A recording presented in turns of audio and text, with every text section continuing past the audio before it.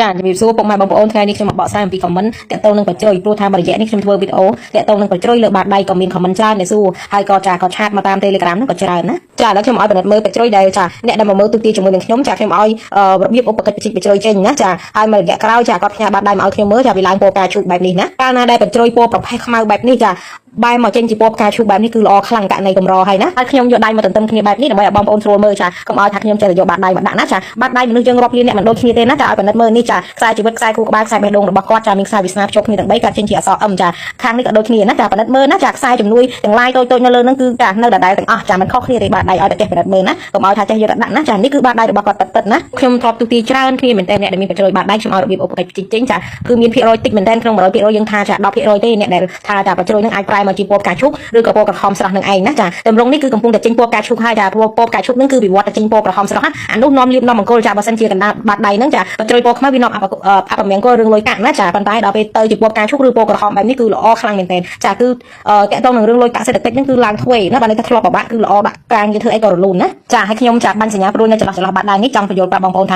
ាបើសិនជាមានចាចន្លោះនៃម្រាមដៃចន្លោះនៅកណ្ដាលចាចន្លោះប្រហោងច្រើនអញ្ចឹងចាគេហៅថាចន្លោះហិនហោចាចន្លោះខ្ជះខ្ជាយណាចាគឺចន្លោះគេហៅថាទប់មិនទប់លុយកាក់ចន្លោះហូរលុយកាក់ហើយចាអញ្ចឹងគឺឲ្យឧបកិច្ចបំពាក់ចិញ្ចៀនណាចាចាជំរាបសួរពុកម៉ែបងប្អូនថ្ងៃនេះខ្ញុំមកបញ្ជាក់អំពីខ្សែបុណ្យនៅលើបាតដៃណាចាព្រោះមនុស្សយើងនេះសំខាន់ណាស់ណាចាគឺបើមិនមានបុណ្យទេចាមនុស្សនោះខំប្រឹងរកស៊ីយ៉ាងណាចាក៏មិនបានខ្លាចជាអ្នកមានដែរចាអស់ត្រឹមមកទូធាទេបើខំប្រឹងអស់សមត្ថភាពណាចាតែបើមានបុណ្យចាខំប្រឹងជាមួយនឹងការមានបុណ្យទៅទៀតចាគឺនឹងបានកើតជាអ្នកមានការទីសទ្ធិណាចាខ្សែដែលខ្ញុំកំពុងតែគូសនេះគឺចាសម្ពោធបុណ្យណាចារូបរាងសម្ពោធបុណ្យគឺបែបនេះចាគឺការចេញអំពីខ្សែជីវិតចាភ្ជាប់ជាមួយនឹងខ្សែគូក្បាលហើយជាមួយនឹងខ្សែវាសនាបាញ់ឡើងណាចាគឺបង្កើតបានជាសម្ពោធបុណ្យណាសម្ពោធបុណ្យនេះចាគឺជាសម្ពាធបុណ្យចាស់ណាចាដែលបានមកអត់ផលនៅក្នុងជាតិនេះអ្នកដែលមានសម្ពោធបុណ្យនេះរមែងតែរកស៊ីអីគឺដាក់ចុះដោះឡើងចាឬចម្រើនលឿនបើសិនជាអាយុដល់ខ្សែរោសម្ពោធបុណ្យនេះវាឲ្យផលហើយចាគឺរស់ស៊ីគឺនឹងរហ័សនឹងមានណាចាខ្សែដែលខ្ញុំគូនេះគេហៅថាខ្សែបុណ្យឲ្យផលណាចាខ្សែបុណ្យជាទូទៅវាភ្ជាប់ជាមួយនឹងខ្សែចាវាសនាបាញ់ឡើងភ្ជាប់ជាមួយនឹងខ្សែបេះដូងចាប៉ុន្តែខ្សែបុណ្យដែលចេញពីខាងក្រោមបេះដូងឡើងឆ្ពោះទៅលើផុតដល់ចាទូលអាទិត្យបែបនេះគេហៅថាខ្សែបុណ្យឲ្យផលណាចាខ្សែបុណ្យឲ្យផលហើយក៏មានភ្ជាប់ជាមួយនឹងផ្ទះបុណ្យទៀតផងណាបាតដៃនេះចាបានន័យថាខ្សែបុណ្យដែលឲ្យផលគាត់ហ្នឹងគឺឲ្យផលឲ្យគាត់ហ្នឹងចាបានផ្ទះបុណ្យទៀតផងណាចាបាតដៃគាត់នេះចាខ្វះតែចាថងចាប់មានខ្ចប់ប្រាក់តែប៉ុណ្ណោះចាថងចាប់មានខ្ចប់ប្រាក់គាត់អត់តាន់ពេញលក្ខណៈទេណាចាមើលខ្ញុំគូឲ្យមើលគឺបែបហ្នឹងណាចាគឺនៅចំហនៅធ្លានៅឡើយណាចាប៉ុន្តែយ៉ាងណាមិញកាលណាដែលមានខ្សែបុណ្យឲ្យផលចានឹងមានចា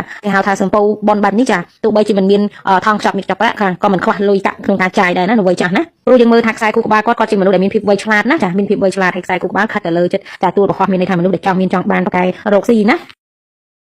ចាជំរាបសួរពុកម៉ែបងប្អូនថ្ងៃនេះខ្ញុំមកឆ្លើយនៅខមមិនដែលគាត់ខមមិនសួរអំពីបច្ជ្រយនៅក្រោមកូនដៃឬក៏នៅលើកូនដៃនេះចាអត្ថន័យវាតែមួយទេណាចាបច្ជ្រយខ្មៅនេះគឺជាបច្ជ្រយអពមង្គលឬគេហៅថាបច្ជ្រយជំរុញកម្មចាស់ណាកើតនៅត្រង់ណានៅលើបាតដៃគឺអត់ល្អនៅត្រង់ហ្នឹងណាកើតនៅខាងក្រោមកូនដៃឬក៏នៅលើកូនដៃចាគឺផលប៉ះពាល់របស់វាគឺទៅលើមុខរបរចាមុខរបរបើសិនជាអ្នករកស៊ីគឺមុខរបរមិនរលូនចេះតែមានបញ្ហាលុយកាក់រកមកចេះតែមានការចំណាយមិនចេះចប់អីជាដើមចាឬក៏អ្នកដែលកំពុងតែរៀនជំនាញអីមួយគឺនឹ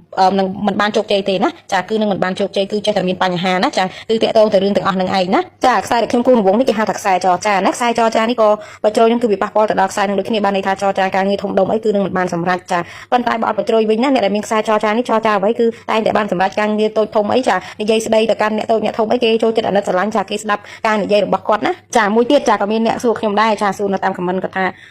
មើលយ៉ាងម៉េចទៅដឹងថាមនុស្សនឹងចិត្តទលាចាគឺយើងមើលទៅលើខ្សែជោគជតាទាំង3នេះចាឲ្យបើវាឃ្លាតគ្នាឆ្ងាយបែបនេះណាចាបានន័យថាខ្សែបេះដូងខ្សែគូក្បាលខ្សែជីវិតទាំង3នេះឃ្លាតគ្នាបែបនេះហើយចាទួលប្រហោះចាមានរាងចាក្រពុំធំបែបនេះគឺជាមនុស្សទលាហើយណាតែម្ចាស់បាតដៃនេះគឺចាហាមគាត់ទលាចាទៅលើការជួយយកអាសាគេណាចាព្រោះគាត់មានខ្សែមួយនេះណាដែលខ្ញុំគូសនេះគេហៅថាខ្សែជួយគេបានទោសណាគេមិនដែលដឹងគុណយើងគេមានតែឲ្យទោសមកយើងវិញណាចាគឺខ្សែវាកាត់ធ្លាក់ទៅជួយបលះហិនហើយបែបនេះណាចាគឺកុំជួយគេអីបើមានខ្សែទាំងអស់នេះណាចាគឺនឹងបានការលាបពណ៌ទម្លាក់កំហុសពីអ្នកដទៃមកវិញចាឬមិនអញ្ចឹងគេឲ្យគេខ្ចីលុយក៏ពិបាកនឹងទាមកវិញដែរណាចា